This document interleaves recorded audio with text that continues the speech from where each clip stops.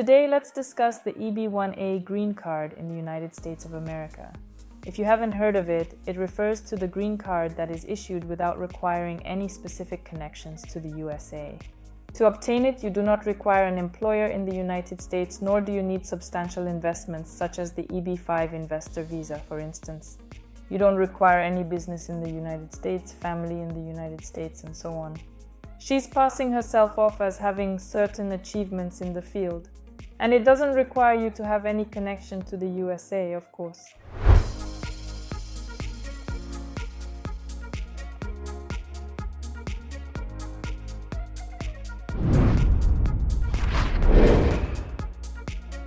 This is a convenient way of relocation for many, considering the green card is the fastest one I know of, which I've had to work with. With this green card, it's totally possible to get it, and there have been cases where people got it in 6 months, although that's more of an exception rather than the rule. But the average time to obtain this visa there is 9 months to a year. For a green card, it's super duper fast. There are green cards that are issued for 2, 4, and 5 years. 4 and 5 years old, all right. Yeah, and more, but that's already way over there. This is more of an exception as well, but it's an abnormal term that deviates from the norm. Today, Timur, an expert in EB1A and EB2AW visas, is here to guide us in the USA. He's got a ton of game successful cases, and today we're going to talk with him about the main pros and cons of this program, who it's suitable for, and of course, if you're interested, then stick around with us.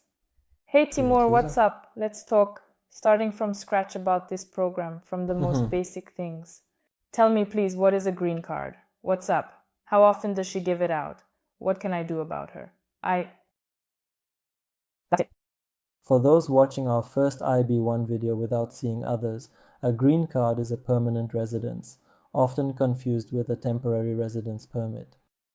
However, a green card is already a permanent residence and does not require extension. After 10 years of living on a green card, it may be possible to extend it if you haven't switched to another status. Please note that a green card grants permanent residency and is not a temporary residence permit, which implies extension or switching. The process of renewal is already being discussed individually there. It's the green card EB1A, which in the immigration legislation of the United States is not very clear to many people. If we're talking about EB1A visas, H1B, and so on, few people know that EB1A is also a green card, which means it already implies just such an interesting name. She grants you the opportunity to attain citizenship via the EB1A status after residing in the USA for a duration of 5 years, provided that you fulfill all the prerequisites, maintain your residency in the United States, and fulfill your tax obligations. You don't have to do anything, demonstrate anything. Accordingly, in your case there, extraordinary abilities are not required again. Just need to demonstrate a small amount of English proficiency.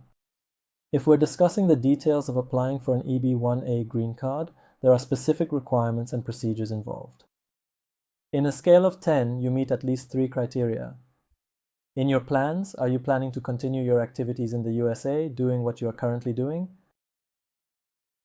That's if we're referring to criteria and requirements, which many individuals often tend to overlook.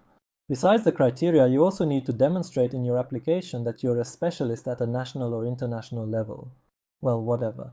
So, besides the fact that you come up with criteria, you also add some expressiveness to your descriptions, making yourself out to be a cool specialist. This is crucial when completing an application. That's if the inputs are like that. Speak. Let's discuss how to apply, who is eligible for this green card, and why. Yeah, that's the important moment for whom it is. So, let's say I'm an IT specialist, or an artist, or a doctor, or a lawyer, or I don't know, like a dentist or something. Can I apply for this green card? Where is that line when I can or can't, and what do I need to show? In general, any field of activity in which you work can fall under the GCUB1A. The location of your work is irrelevant. What truly matters is the magnitude of your work. You are a specialist at the regional level and also at the international level.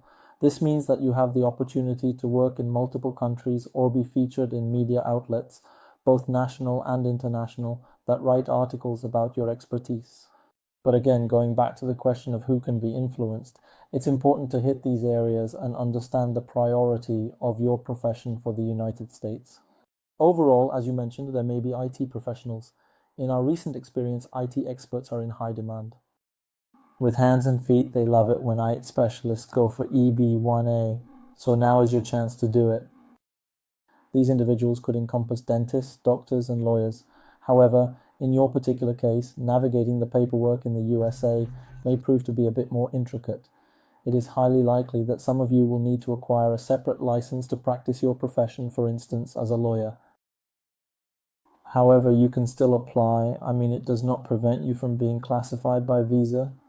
These could be people in creative professions like artists, designers, stand-up comedians, performers, soloists, singers, and so on. These could be people who are academically inclined and well off. Again, we're talking about criteria, but in any case, if you're a university teacher, a professor, and you have a PhD, which is generally very good for Americans, they like it when they come across PhD holders. And if you have any scientific publications, articles, journals, or even books, then you can already apply, meaning you will definitely meet at least 3 criteria. Now all that's left is to show either national or international recognition. So this is if we're talking about presentation. Even athletes can apply for a visa and a B1A if they played in a national league like the Spanish La Liga or the English Premier League for football players or the NBA for basketball players. If you meet these criteria as a skilled specialist, moving to the USA can be a relatively easy process.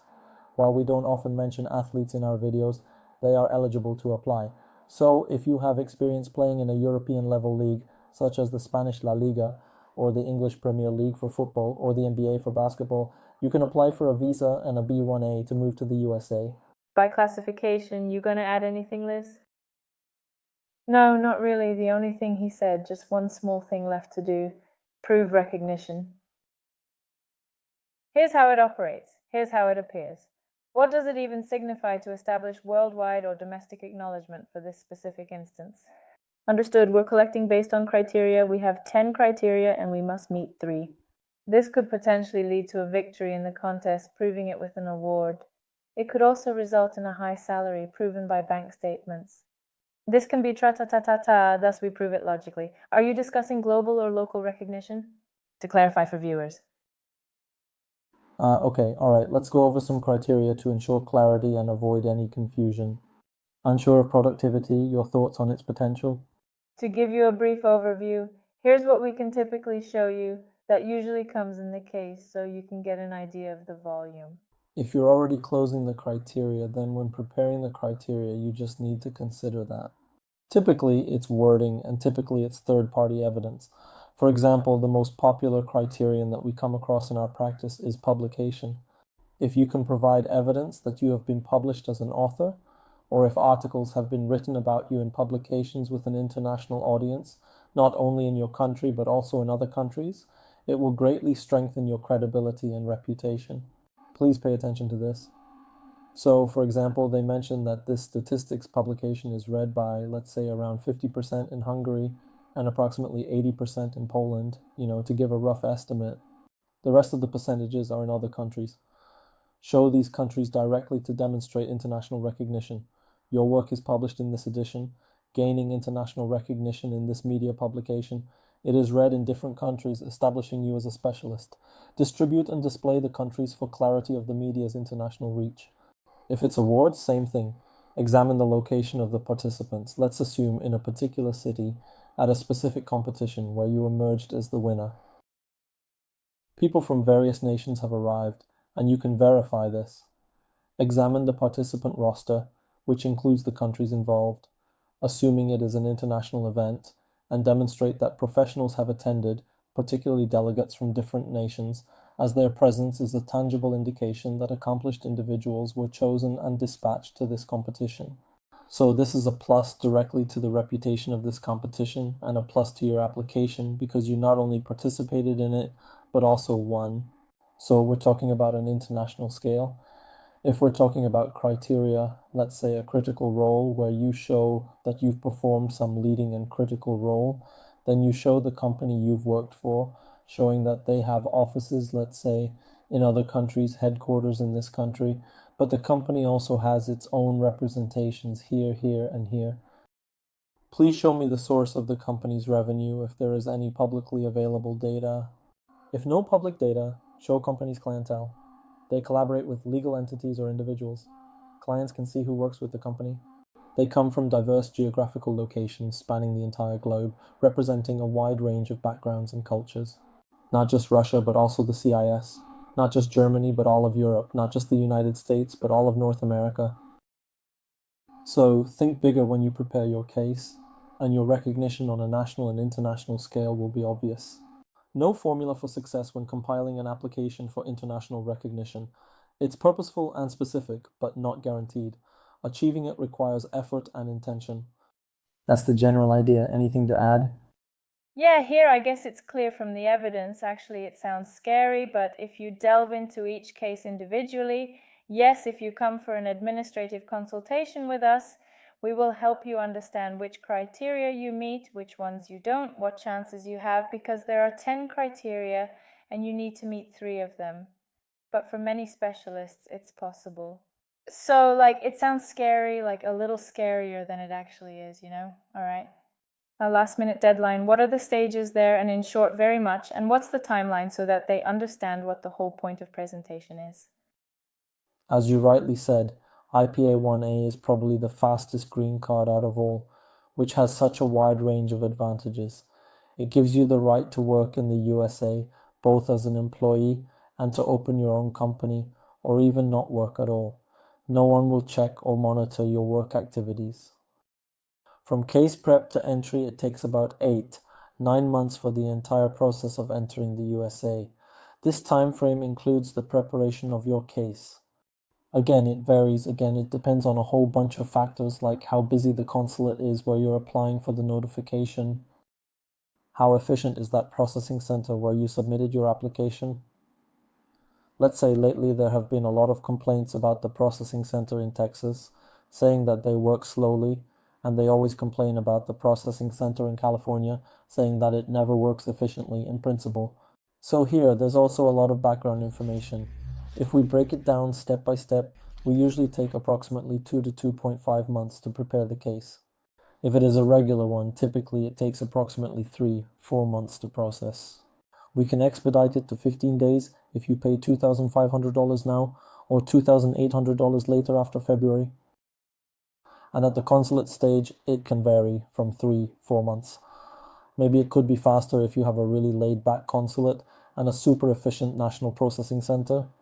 But overall, I believe you will be able to enter the country within approximately 10 months from beginning to end. The plus of this application is that all family members who apply together with you also receive game cards and also work. If you have a spouse applying, they have the chance to work in the US in any profession they choose, allowing them to pursue their desired career while you pursue yours together.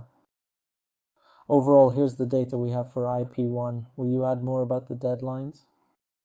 Yeah, so essentially it appears that the processing time for this visa application takes approximately 6 months to a year, I would estimate. This is the way to go. I get it, there's a range, but things come together quickly or take longer in some cases. And accordingly, there is a difference here. But if you're interested in getting this visa, again, come to us for free consultations. If you thought that maybe she suits you to some extent, then most likely she suits you, usually, based on our experience. So come on in, we'll help you figure it out, tell you if it's a good fit or not, yeah. And of course, we'll help you understand just how good of an option it is for you to relocate to the USA. Thanks everyone for watching and have a great day.